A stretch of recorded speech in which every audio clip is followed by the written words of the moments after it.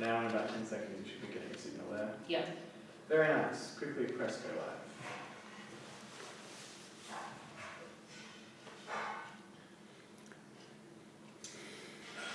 And we're live.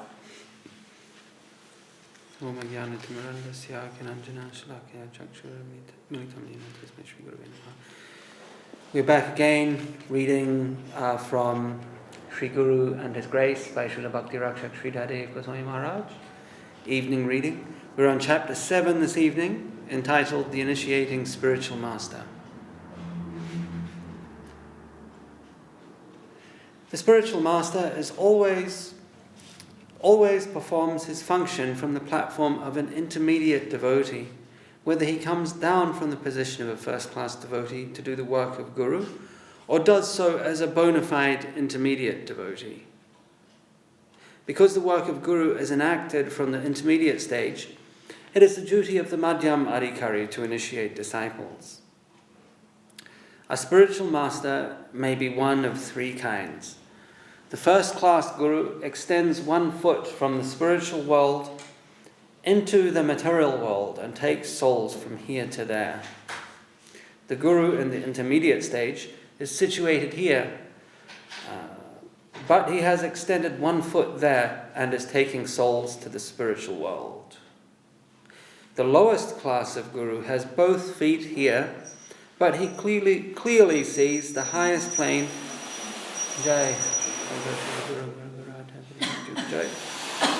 He clearly sees the highest plane, and in this way we may roughly conceive of 3 different kinds of Guru.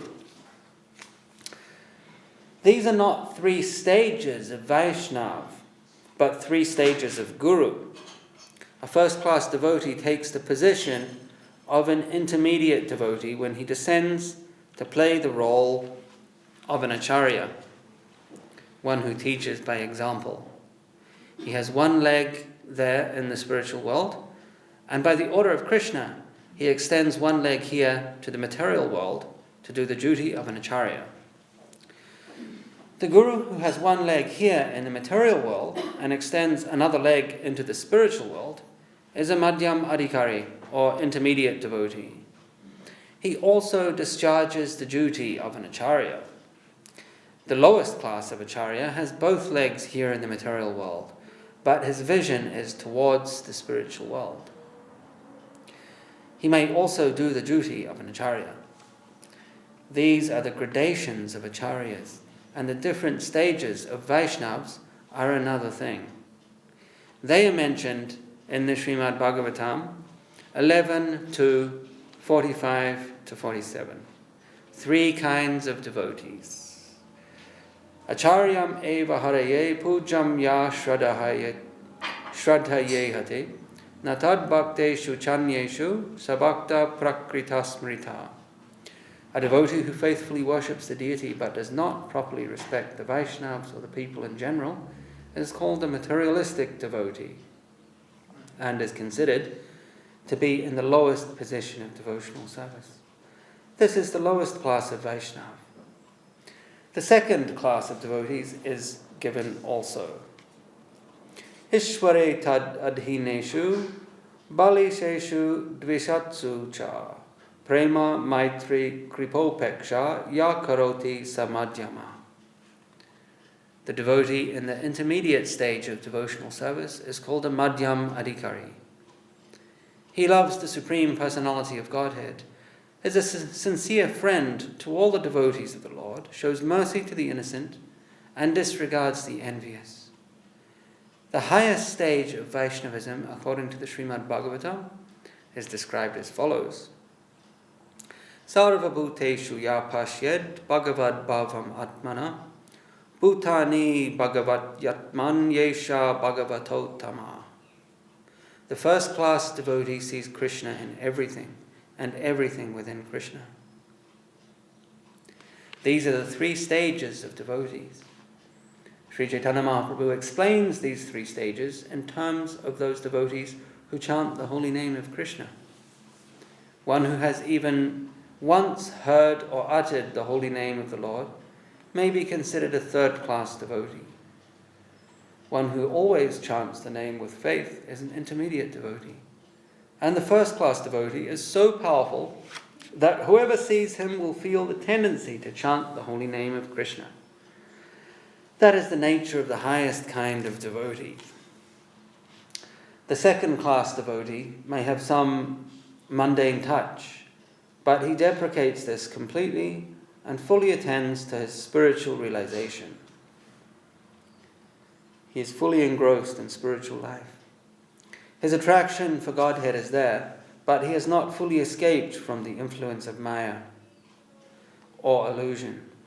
Although he is weak, still his attempt to help others is laudable.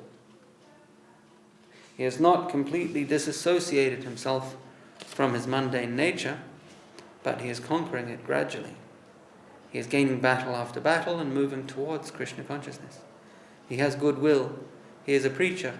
He has reached the stage just before he finally disassociates himself from this world, takes his final leave, and enters the spiritual world. The neophyte devotee may go to the temple and worship there, strictly following the rules of the scriptures, but as soon as he is outside the temple, he may do anything and everything. In his relations with others, he may not deal in a spiritual way. Scriptural dictations have only a partial influence over him. In his dealings with others, he may have no spiritual principles at all. But the intermediate devotee applies the principles of the scriptures in his ordinary life. From the point of view of the scriptures, he considers one who he should make friends with, what sort of trade he should accept for his livelihood, and how he should select his friends.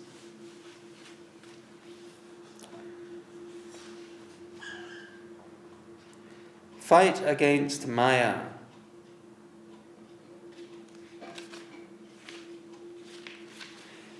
When a devotee's social life is also affected and controlled by his spiritual principles, he becomes a second-class devotee. When he adopts such a form of life, he is fit to help others. He won't be affected by foreign, unfavorable association, and because he has already practiced and is settled in that form of life, he knows how to deal with others and keep his spiritual vitality.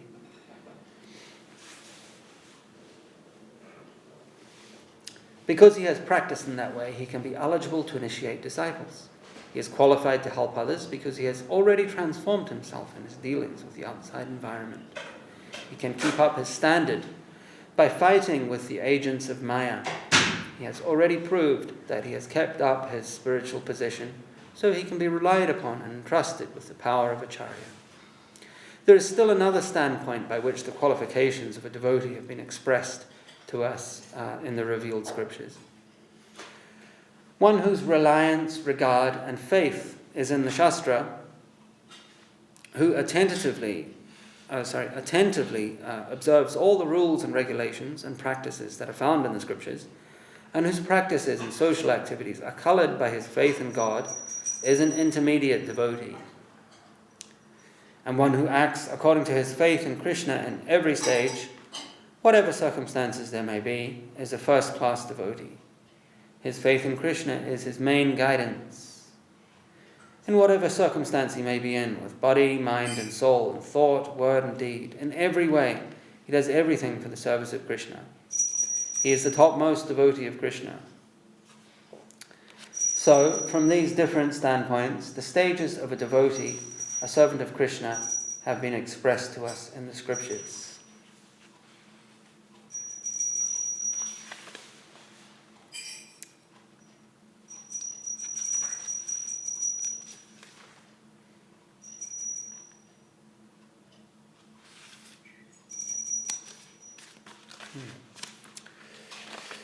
How to see Sri Guru.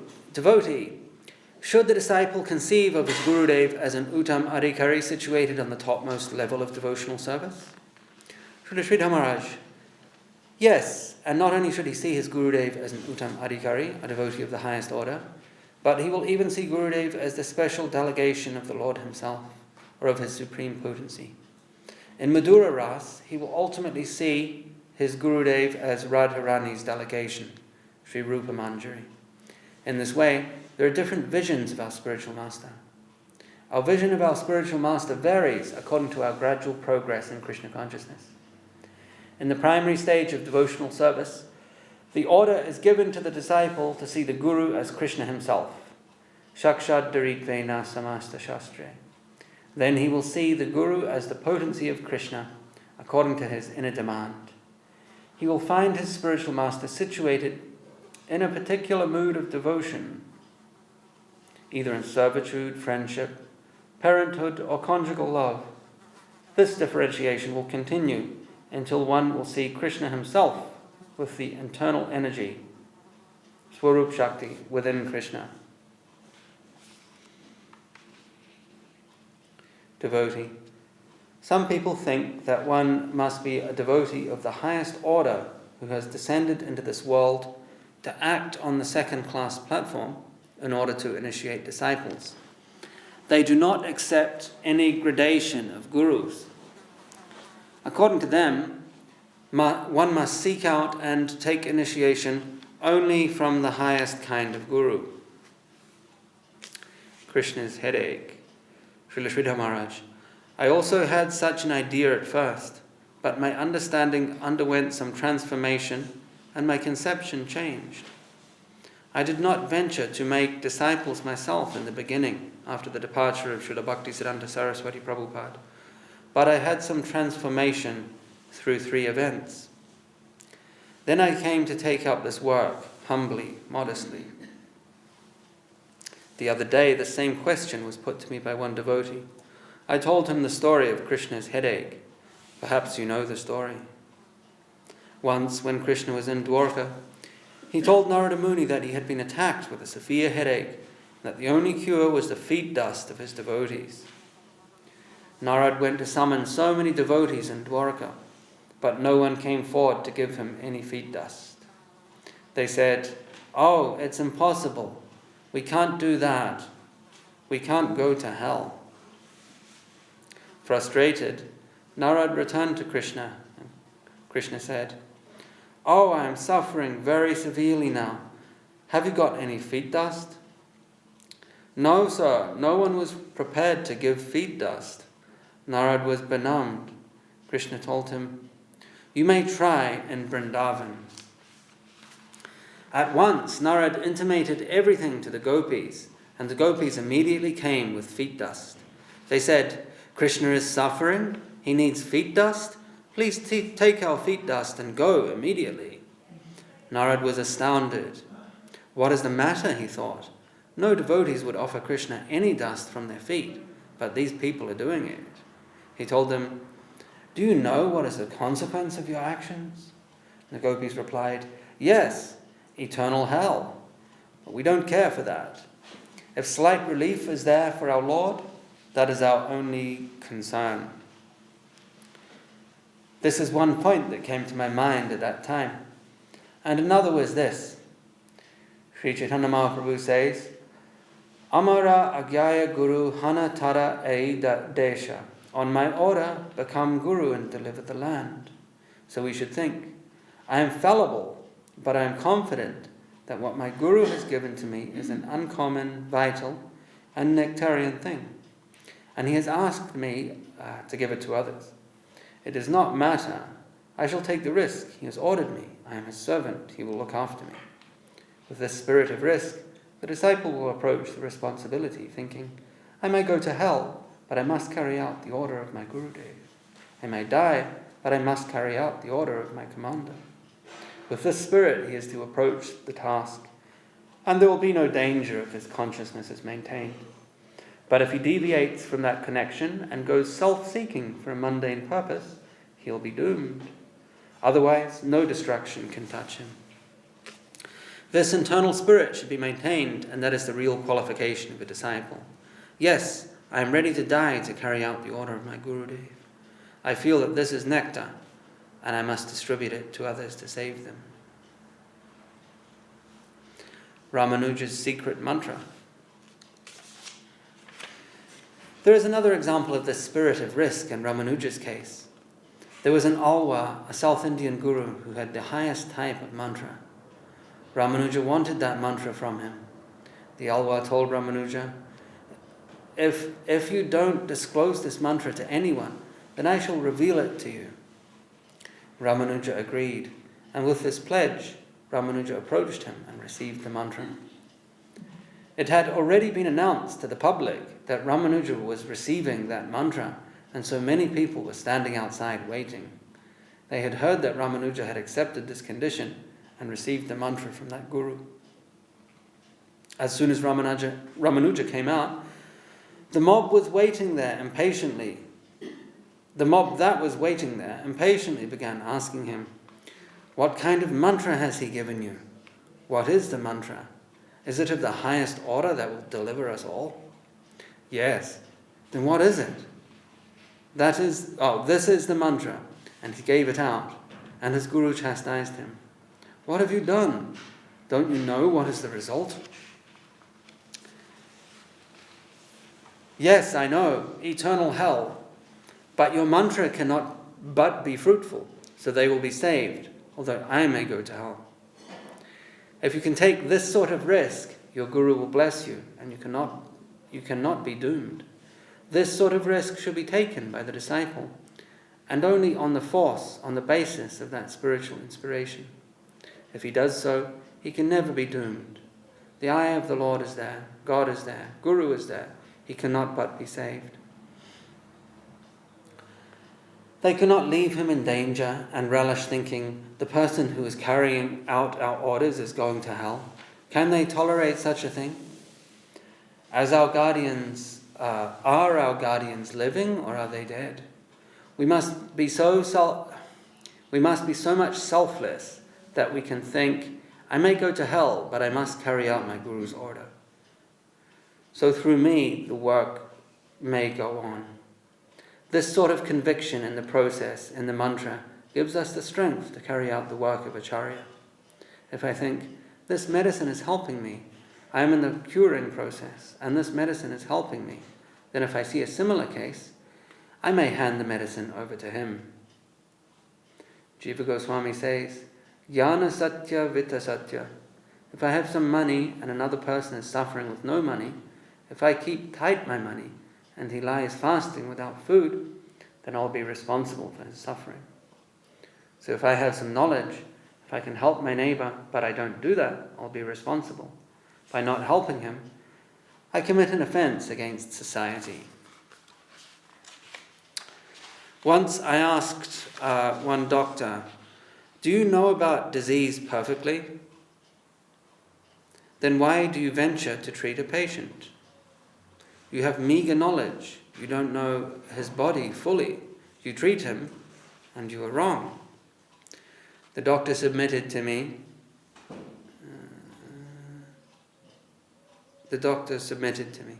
But an answer came in my mind that if we require every doctor to perfectly know everything about disease, then the whole method of treatment will vanish, because they are all half-knowing, and there is not anyone to be found in full knowledge. Should this curing process be abolished? It is not possible. In good faith, with whatever knowledge we have, we must sincerely help others. In that spirit, one may take up the work of Acharya, otherwise he will be blamed. But we must be careful that whenever a guru of superior quality is there, we must help others to accept him. We must not be a trespasser. It is also mentioned in the Hari Bhakti Vilas that when a greater person is available, those of a lower type should not venture to make disciples. Suppose a farmer has fertile land and two kinds of seed. The good seed should be planted first. If the better seed is not available, then ordinary seeds may be sown. For the sake of the harvest, the better seed should be given the first chance. If we are detached, if we are pure in heart, and if we are selfless, the better seed should always be sown first. The lower kind of seed should be withdrawn. So when a higher type of guru is available to any circle, the lower type of guru should not interfere. Lowest of the low, devotee. But a devotee will always think of himself as lowest, so he will always want to take someone to the higher guru. Srila Sridhar Maharaj. The degree of devotion to Krishna will take us to the point of thinking, I am nothing, I am the lowest of the low, But when the inspiration to act as Guru will flow, the necessity to teach will come to us through the order of Krishna. You have to do it. In that case, Krishna wants to do it. It is his flow. Chaitanya Mahaprabhu says, Sanatan, Krishna's grace is flowing through me to you. It is passing through me, but I don't understand all these words. I feel something like that. I am carrying out my Acharya's order. Being so low, still I have accepted this duty as I have been ordered by my Acharya to do. With this necessity within, one may do the work of an Acharya. It is not only external but internal also. The Acharya has asked us, go on with preaching. You are qualified. If you don't do so, then why did I give it to you? As I spread this message, you must also spread it. If one feels such a sincere urge within his heart, he must do that work. If we do not serve society with whatever we have imbibed from him, then we will be responsible to our Guru. He will chastise us, saying, you have taken so much energy from me, and now you are keeping it within you? You must let this loose to help others. If one gets this sort of inspiration, he should try to fulfill the order, but still, difficulty is there. To become a guru, to capture the position of a guru, to the respect of guru, that is one thing. To discharge the duty is another. Sincerity is necessary. This, of course, is difficult. There is no doubt that it is difficult. If one is unsuccessful, he will be lost. And others will be lost also. In the name of helping others, he will deceive others, if he himself is full of deceit. So we must be careful about what we have received from our Guru, and we must also take care to see whether we are eligible to discharge this duty, whether we are eligible to do good to others.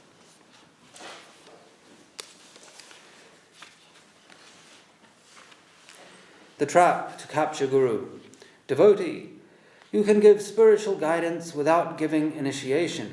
You can explain what you have heard from your spiritual master to others. So what is the necessity of giving initiation? Srila Sridhar Maharaj, that is also a trap to catch the Guru. You give instructions on spiritual life to others, and those that take your instructions will say, I cannot go to anyone else. I can accept only what I have heard from you. I cannot accept anyone to be Guru other than you. Devotee, but you can say, if you accept me, then I tell you to accept him. If you accept me, then I tell you to accept him. That's how to do. Well, it's saying that if someone approaches you for initiation, you can say, well, I'm recommending this other. Yeah. Oh, sorry, I thought you were looking back and forth in confusion as to the ground.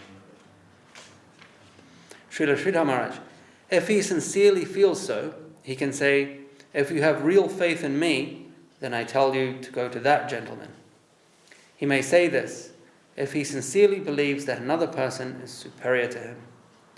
But if he sees that within the society, the constitutional acharya is going down, he will think, how can I recommend the sincere gentleman to connect with him? At that time, he will have to come down himself and take the responsibility of continuing the work of his Guru. It all depends on sincere realization. End of the chapter. Gurudev would stress sincerity so much, sincerity of purpose, and he would make the statement that a devotee who is sincere cannot be taken astray. They cannot be cheated, they cannot be hurt, they cannot suffer or be derailed in any way. In other words, the security and health of their spiritual practice and their spiritual life is assured through sincerity. And he coined a phrase, sincerity is the steel of the devotee. So it's the strength, it's the steel that makes a strong tool or weapon or what have you. It's the quality and protection of a devotee. Sincerity of purpose.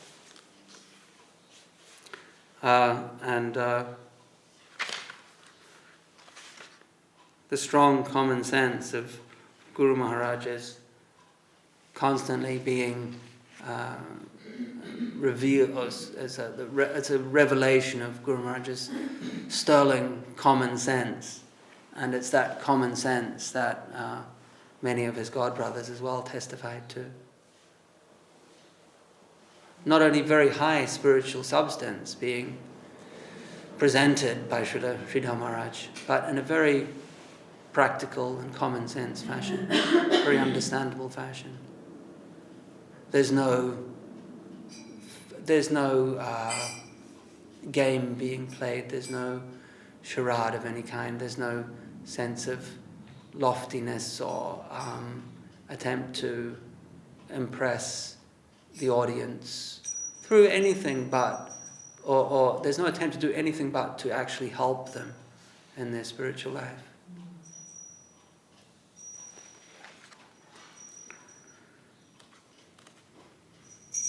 It's also true that when Guru Maharaj is talking about the different stages, 3 kinds of devotees, isn't it, that the first stage, they're attracted more to the deity rather than to the devotee, right? Yes. So that's the description given in the Bhagavatam. There's an affinity for the ritualism of bhakti and perhaps codes of external purity, whereas a mature depth or that breeds an appreciation of the Vaishnavas, who are really the living dynamos that keep one's own spiritual life dynamic and healthy. There's not so much appreciation for the devotees, but there is an appreciation for the deity and worship of the deity and the ritualism associated with that. Not to diminish that at all, because that exists or can exist through all of the stages of devotional service. We read that in the song we sing every morning, Samsara Dava, how the Guru is teaching, guiding his disciples, and engages himself in the process of deity worship. But it is to highlight that an appreciation of the devotees it's necessary to cultivate that if one wants to continue to progress spiritually, move through the levels. In ISKCON Mayapur in the 1980s, there's a funny story. They were the ISKCON Mayapur compound was attacked by dacoits. You know, dacoits is a Bengali term for thugs or criminals, gangsters. So they were attacked by Muslim dacoits. And there was a rumor that was circulating in the wider community that the what do they call them?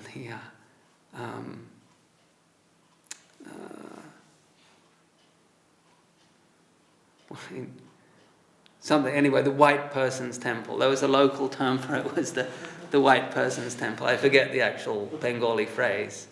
Maybe white Walla Mandir or something, I don't know. Sai, maybe? Sorry, what was they it? They say Sai. Was it that? That doesn't ring a bell. Anyway, there was a rumor that the foreigner's temple, they had a golden deity in there. And a solid gold, a deity of solid gold. And so they went one night and launched this attack and stole the deity of Srimati Radharani from the temple. And there was a huge fracas, like there was a fight, and the devotees had a shotgun there, and someone cut loose with a shotgun, and a couple of people got shot, and they were throwing homemade bombs around, etc. But the deity was, the dacoits absconded with the deity. And the deity was later recovered, somewhat mutilated. But the devotees at the time came to the conclusion that there was some kind of seva aparad that had triggered this attack, that had invited the karma, had caused an offense, an aparad, and as a result this attack had been invited, a situation ripe for an attack had been created. That the worship of Srila Prabhupada's little Radha Madhav deities, the pujaris there were involved in, the two pujaris, one man, one lady, they were involved in some kind of clandestine relationship, right? Some kind of illicit relationship while they're worshipping the deity, which of course is very taboo and offensive and will invite a negative result. And so it was suggested that this offense to the deity had brought about the attack. But also, at the same time, many devotees, unfortunately, at that compound were being abused. But that wasn't at all considered as a source of their misfortune. Only the worship of the deity and offences in that sphere was considered. And so the remedy applied would be to ensure strict adherence to procedures of purity regarding worship of the deity. But no remedy will be applied to prevent any mistreatment or abuse of the devotees or the young devotees in the Gurukul. So that can show how there's different perspectives at different levels of development. And as the creeper of devotion blossoms and develops, then a person's emphasis will be on various aspects of, will become more personal, more towards the devotees rather than towards any, let's say, ritualism or any sort of external sense of purity or ritual or what have you.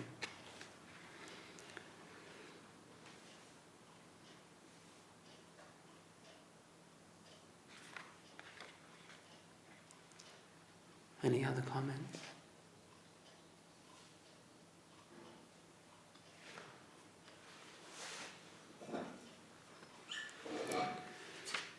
Yeah, I mean, it's a very sad thing to see that lack of appreciation amongst devotees. Very sad. Gurudev, he, because this is the thing, it's easy to appreciate the big devotees and to think of making offensive to the big devotees, but anyone who has some degree of Vaishnavata, they're also Vaishnava, and so we can make offense to them. That was something that Gurudev emphasized. And when he was asked that question about why is it that ISKCON was expanding in such a bright way in the beginning, and then everything kind of started to peter out after Srila Prabhupada left. And Gurudev, he gave that answer that because in the beginning nobody was a Vaishnava, but then they all became Vaishnavas, and then they started to make offenses to one another. So, yeah, it's something we have to remember. Gurudev mentioned, if I see anyone with just a little bit of devotion in their heart, I'm afraid, because I don't want to make any offense. So it's so important, so important.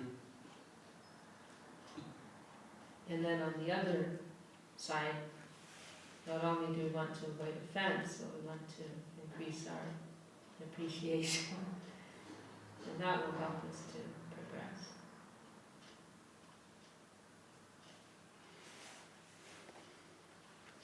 It reminds me of the story of from the Ramayana when they were building the bridge to Lanka, and they had a monkey army, and they're carrying huge boulders, throwing them into the ocean to create a bridge. And there was this tiny little spider, and he was like picking up grains of sand and running down to the water and throwing them in, running back to the beach and picking up another grain of sand. And Hanuman big and powerful, carrying these huge boulders and throwing them in. But this little spider was darting between their legs, right, carrying little grains of sand, and causing them to have to move and change step to avoid squashing the spider. So Hanuman was like, "Spider, I know you're trying to do a good job, but really, you're getting in the way. Like you have to maybe like cease and desist." And he kind of denigrated the spider a little bit, and so Lord Ram corrected Hanuman and said, "It's not really it's not so much it's the motive and the sincerity of purpose that satisfies me, that is of value, and the external result is not so important. Whether one seems to be like a big devotee doing big amounts of what have you, another person is not perceived as occupying such a status. There's not a huge consequence when one realizes that Krishna is looking for the quality of the heart, the quality of the service, exemplified in that story.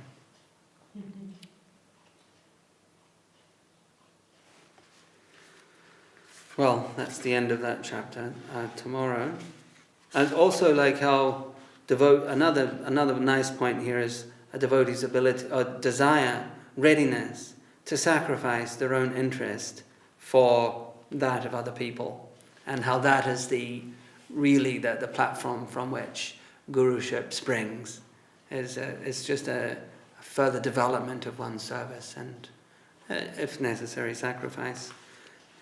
The story here given of Ramanuja's mantra, Ramanuja prepared to suffer for the benefit of others. That's real philanthropy.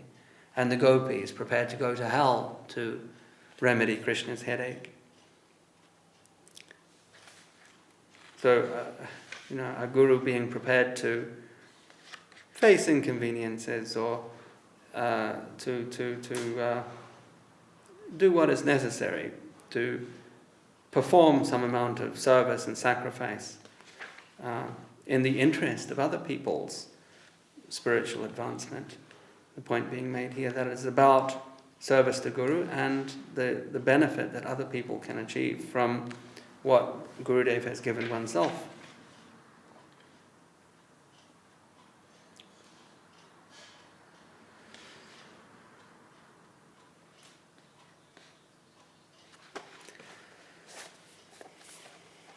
Tomorrow is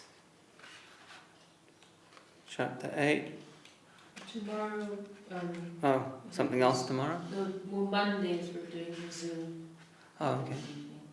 All right. Day after tomorrow. Tomorrow's Monday. Yeah. Oh, right, the day after tomorrow. You're doing the Zoom tomorrow? Yeah. Jai Srila Bhakti Rakshak Sridhar Dev Goswami Maharaja ki Jai, Srila Gurudev ki Jai, Jai Gol Premanandi.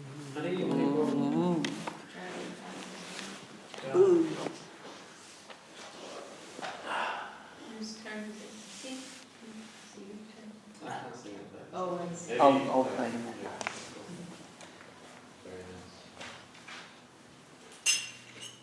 You're coming along though, isn't it? With the drum? Yeah. Very quickly. Prodigious development skill. I was really into jazz drums, so it's just a different shape. I've forgotten where. Page 60. Hari Haraye Nama Krishnaya Bhavaya Namaha. Hari Haraye Nama Krishnaya Bhavaya.